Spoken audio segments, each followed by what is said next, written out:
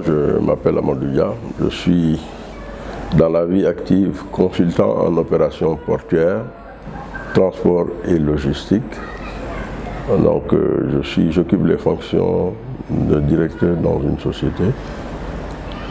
Je suis conseiller municipal dans la commune de Dorel, dans le département de Podor, région de Saint-Louis.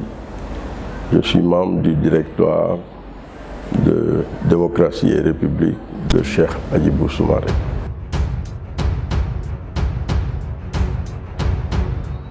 Pour le parrainage, nous évoluons, nous avançons, nous récupérons beaucoup de signatures pour le parrainage. Je crois que notre candidature est bien vue. Donc nous avançons, aussi bien dans la région de Saint-Louis que dans les autres régions. Nous espérons qu'il n'y aura pas de difficultés pour remplir les conditions.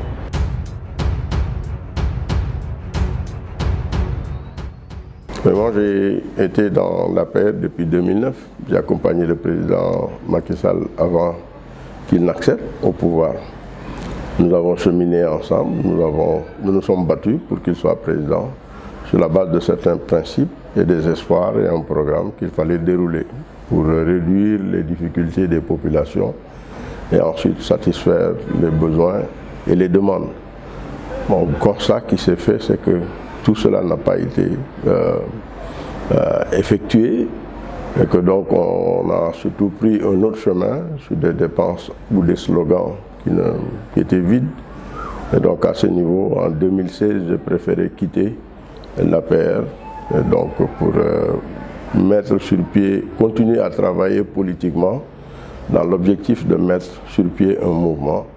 Et j'ai croisé Cheikh Hadjibou Soumaré qui est un ami. Nous avions la même volonté et donc nous avons mis sur pied le mouvement Démocratie et République. Oui, c'est pas que j'espère trouver d'ailleurs des qualités chez Cheikh Hadjibou Soumaré, ce sont des qualités qui sont en lui, qui sont innées en lui. C'est d'abord, il y a le respect de la parole donnée, le respect de l'être humain, la fidélité en amitié. Et je crois que aussi l'amour immense de la République, du pays, et ensuite ces fonctions qui lui ont donné une carrure d'homme d'État, aussi bien sur le plan national qu'international.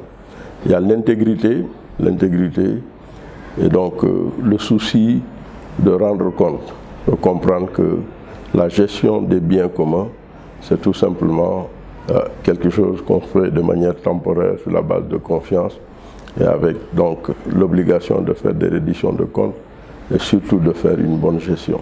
Ça, ce sont des qualités que j'ai trouvées chez Cheikh Hadjibou Soumaré, qui sait écouter, qui sait discuter avant de prendre toute décision, qui n'impose pas et qui travaille en égalité avec ses collaborateurs.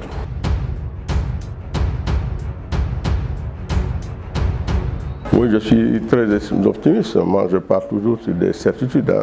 Je rends les choses possibles et nous devons rendre les choses possibles. Un candidat qui est supposé ne pas être populaire, on le rend populaire. On le rend populaire par des actes, par la présence sur le terrain, par les dispositions que nous prenons. Et ensuite, lui-même, il est en train de recevoir beaucoup de gens dans la discrétion. Ça aussi, c'est un de ses traits de caractère qui font que les gens ne se rendent pas compte du travail qu'il est en train de dérouler. Mais les masses déferlent vers Cheikh Hadjibou Soumaré. Les dirigeants politiques déferlent vers lui. Les mouvements politiques vont vers lui. Les apolitiques viennent le voir. Ça veut dire que donc il est bien populaire, mais côté presse, il ne fait pas beaucoup de bruit. C'est quelqu'un qui sait travailler dans l'ombre et il bénéficie aussi de notre appui à nous. Nous, ça veut dire qu'il y a d'autres dirigeants comme Ngonindoy, il y a comme le maire de Sagata, Amarlo, comme Mapenda. Ce sont des gens aussi qui travaillent dans l'ombre, qui travaillent à tous les niveaux, qui ont des bases politiques. Et tout cela est mis au service de Cheikh Hadjibou Soumaré. Je crois que quand il fera une autre sortie, les gens se rendront compte qu'il est bien populaire. En tout cas, dans le Nord, dans le Fouta, il est devenu populaire. Il fallait d'abord expliquer aux gens pourquoi je n'étais plus avec le président Macky Sall et pourquoi je soutiens Cheikh Hadjibou Soumaré, parce que j'ai une base politique que j'ai confectionné depuis très longtemps. Avant 2014, je travaillais sur cette base-là. Depuis 2012, j'ai été sur le terrain de manière inlassable. Et donc, quand il a fallu changer, d'abord, quand j'arrêtais, j'ai quitté l'APR, ils étaient au courant. Et quand j'ai fait une option pour aller avec Cheikh Hadjibou Soumaré, le respect m'obligeait en fait à retourner vers mes militants, mes sympathisants, mes parents pour leur dire les raisons pour lesquelles je devais soutenir Cheikh Hadjibou Soumaré. Et donc ce travail a été fait, mais c'est toujours retourner à la base pour voir que tout ce qui était attendu dans ces localités n'existait pas. Rien n'a été fait. Et donc en ce moment, pour porter la contradiction toujours à quelqu'un, je préfère partir du réel, pas tout simplement de ce qu'on dit, mais de ce que j'ai vu, de ce que les gens vivent et de ce que je vis moi-même avec eux. Et j'ai tenu à aller à l'intérieur du pays pour en parler et présenter aussi Cheikh Hadjibou Soumaré.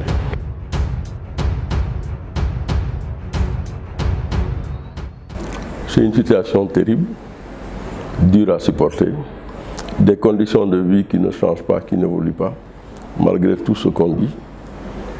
Parce que dans certains villages, il y a la soif, il n'y a pas d'eau, surtout dans les guéris, il n'y a pratiquement pas d'eau.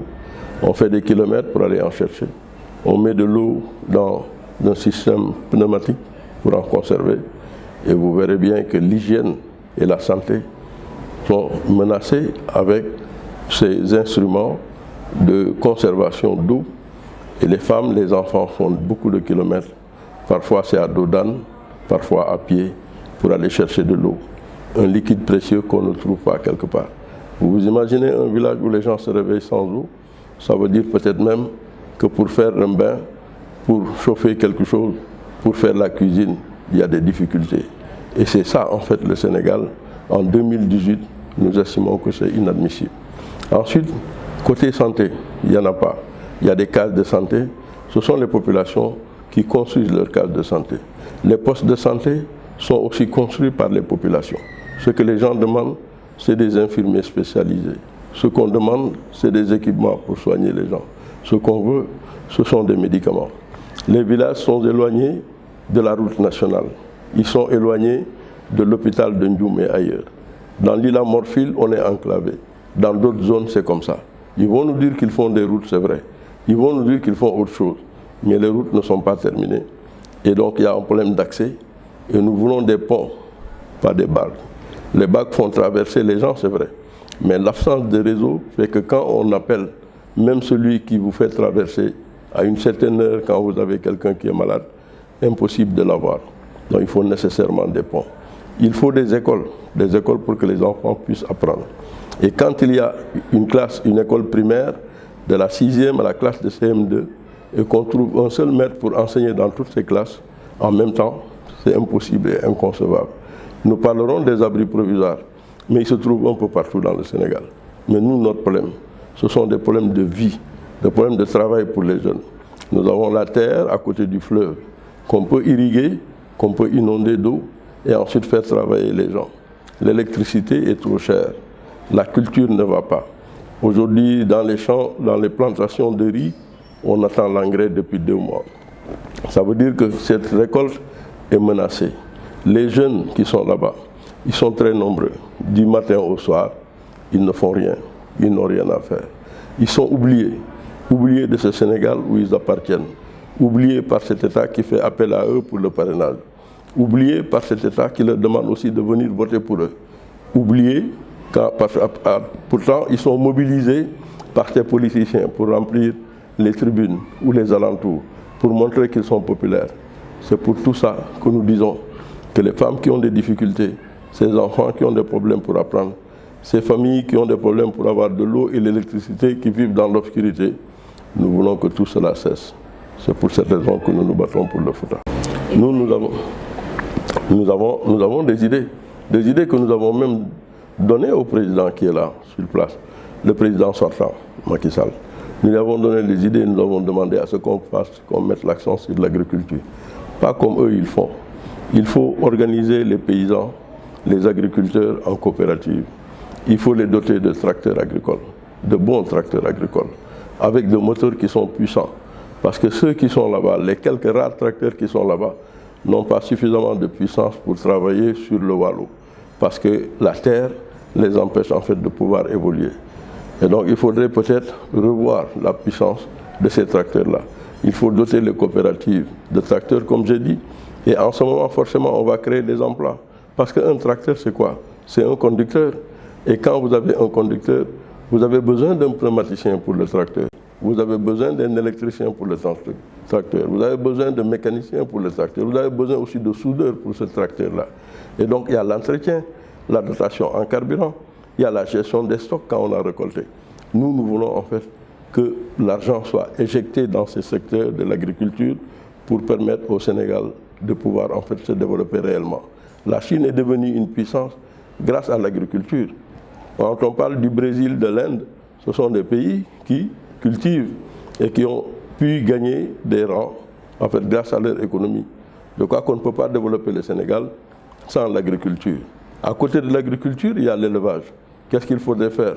Nous avons toujours des problèmes entre agriculteurs et éleveurs parce que tout simplement nous n'avons pas de pâturage, il n'y a pas de prairies, il faut organiser tout cela. Et c'est possible, dans le Djiri, il n'y a pas d'eau. Pour trouver de l'eau, qu'est-ce qu'il faut faire? Il faut ériger des forages.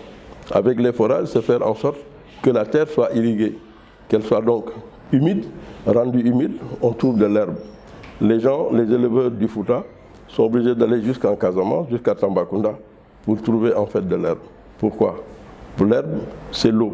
L'eau, grâce au forage, on l'a. Je crois que donc, il y a des solutions, et nous avons les solutions.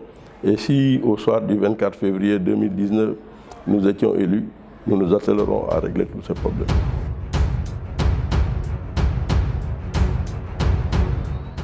Oui, la justice, on a toujours pensé, à un moment donné, qu'elle n'était pas indépendante.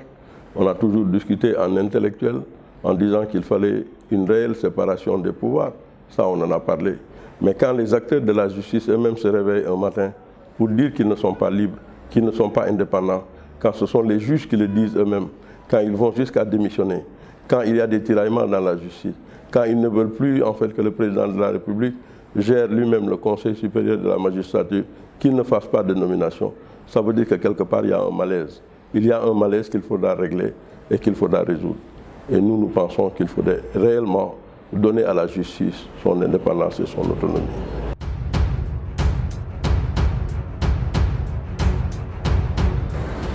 Ouais, tout simplement parce que c'est vrai, de toutes les façons, c'est dommage que la justice ait écarté Khalifa Sall et que donc peut-être, même s'il a fauté d'une certaine manière, de la question de la reddition des comptes, rien n'a été clair. On a choisi certains pour les éliminer, les emprisonner, et les autres qui ont fait certaines des fautes ont été laissés de l'autre côté. Le fait qu'aujourd'hui, quelqu'un qui a été choisi à cette dame à qui je rends un grand hommage et que je félicite, d'ailleurs dans Guardini, qui a pu prendre le relais pour continuer, je crois que c'est une victoire encore de Khalifa à partir de sa cellule. Il a su au moins gagner et montrer qu'il avait une certaine popularité et une certaine considération de ses collègues et de ses confrères du conseil municipal de Dakar. Et c'est quelque chose de très très bien que cela se soit passé ainsi, parce que tout simplement, même si les autres n'ont pas osé prendre les postes, les fonctions par une délégation spéciale, parce qu'on aurait dit effectivement qu'ils l'ont éliminé pour prendre ce poste, je crois que lorsque la question est revenue en interne et que quelqu'un choisi par Khalifa et puis damer le pion aux autres, je crois qu'il faut s'en réjouir.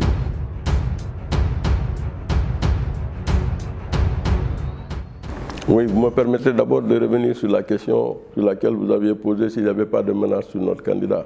C'est vrai, ils vont essayer d'éliminer tout le monde, ils vont chercher dans les poubelles, mais nous avons les mains propres. Ils vont chercher dans toutes les poubelles, partout où ils voudront, et peut-être qu'ils vont sortir en fait des choses mauvaises pour eux ou contre eux, mais pas contre notre candidat. Maintenant, par rapport à la question de la chance,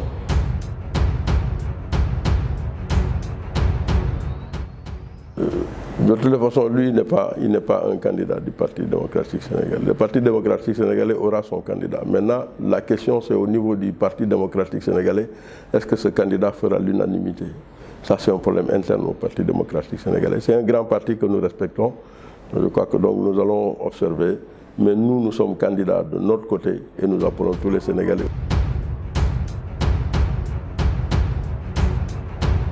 Non, quand vous êtes un bon politicien et que vous avez de bonnes idées et que vous présentez bien, c'est tout le monde qui va venir vers vous.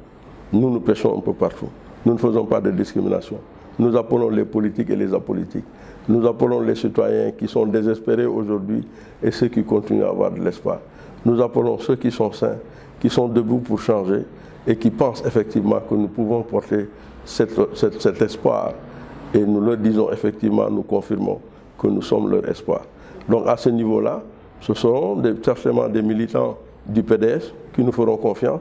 Ce seront des militants du PS qui sont avec Khalifa. Certains nous feront confiance. Ce seront aussi des militants des autres partis qui nous feront confiance.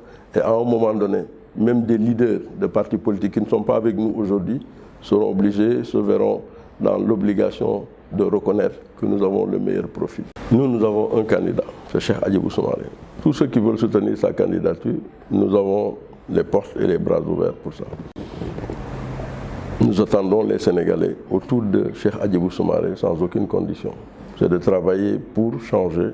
Et donc à ce niveau, quand certains ne pourront pas atteindre peut-être le nombre requis, ils viendront se ranger vers nous. Et comme j'ai dit, beaucoup de leaders politiques viendront vers Cheikh Hadjibou Soumaré parce que c'est le meilleur profil et c'est le meilleur candidat.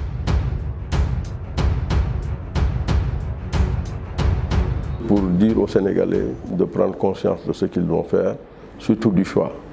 Il y a eu, c'est de dire par exemple aux enseignants qui sont toujours en grève, qui réclament leur dû face à un État qui ne respecte pas ses engagements, c'est de ne pas commettre l'erreur le 24 février 2019 de réélire les mêmes, de reconduire les mêmes personnes parce que nous serons encore dans un autre cycle de grève pendant 5 ans où pour les militants de partis politiques ou des citoyens de la liberté et de la démocratie, ceux qui demandent toujours le respect de la Constitution, ces gens-là aussi devraient bien réfléchir en faisant un choix.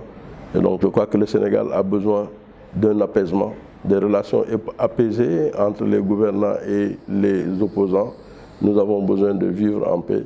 Nous avons besoin que nos Sénégalais, nos parents qui sont dans la diaspora bénéficient d'une protection diplomatique et que donc l'État soit bien présent pour les défendre un peu partout. Et je crois qu'à ce niveau-là, nous avons besoin d'un Sénégal meilleur. Et le Sénégal meilleur, ce sera sous Cheikh Hadjibou Soumaré.